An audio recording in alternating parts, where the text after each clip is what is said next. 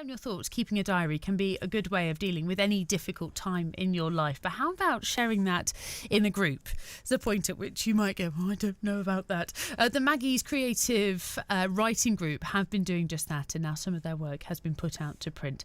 Let me introduce you now to Jo, Diane from the group, and Kate, who runs the Maggie's Centre, are all here for you this afternoon. Hello. Hello. Thank you very much for coming in today. And I suppose it's especially poignant to be talking about Maggie's, who of course help people with cancer go through the treatment on a day and on a week where we are hearing of two very prominent high profile deaths from cancer. I mean, how do you guys react to that being part of Maggie's? Well, and I mean, one thing I thought with David Barry, for example, that a lot of people didn't know that he even had cancer, and I really respect that, because not everyone wants to sort of announce it to the world, and also you want a sense of normality in your life, even as much as you can when that's going on. So I thought it was quite interesting that with him and quite a lot of people, you don't necessarily know until it's announced like that. So. It's funny you should say that, actually, because a lot of the newspapers, and they're doing the same with Alan Rickman with his secret battle with cancer, and he kept it secret. And it is interesting because, if people maybe find out that you're ill, then maybe they treat you as if you're ill, and perhaps that's not what any of them want, is that? No, I don't think any of us want to be treated particularly differently, but obviously that does happen. People struggle to know how to speak to you.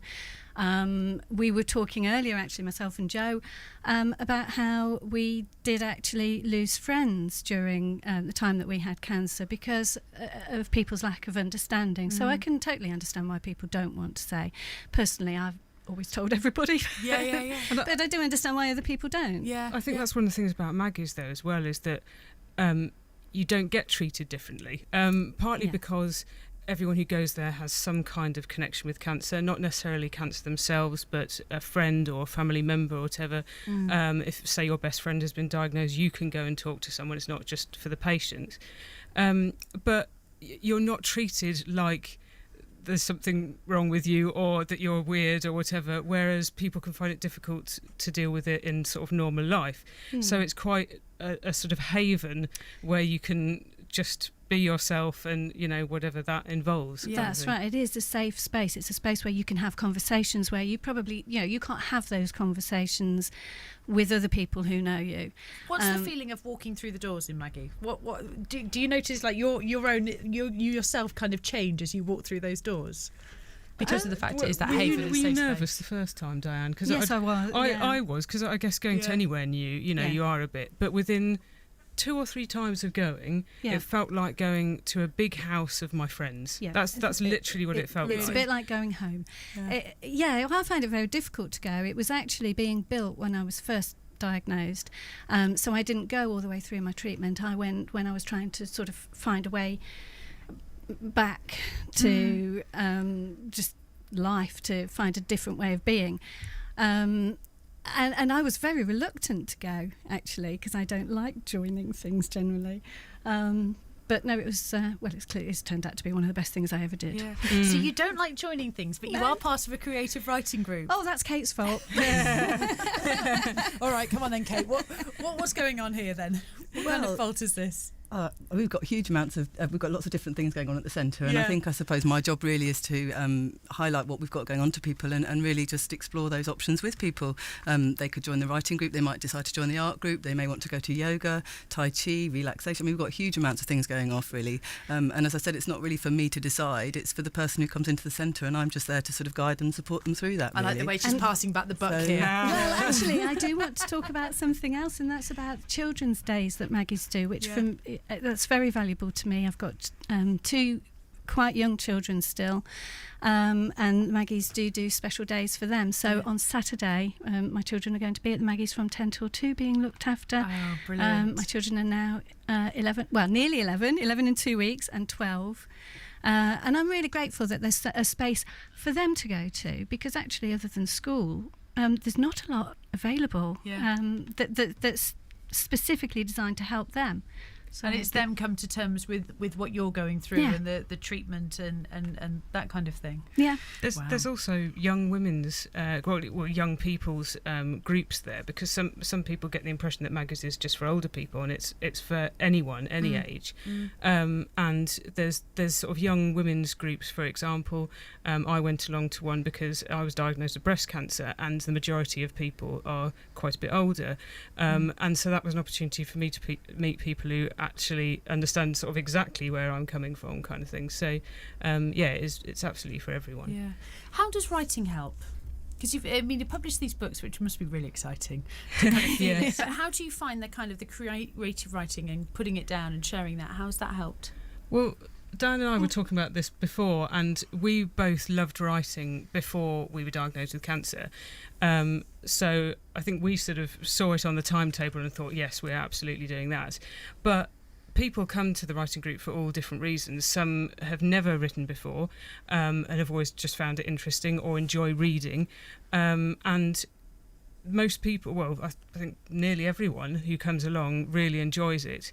And it's an opportunity to share your work if you're into writing, but because you're sharing it with people who also understand about cancer, if you do sort of get upset or you want to share a piece that you've written about cancer, then everyone understands and it's very supportive. And so you've got those two dimensions. People are doing it purely because they love writing, and it's secondary, the fact that they have cancer. Does that make sense? Yeah.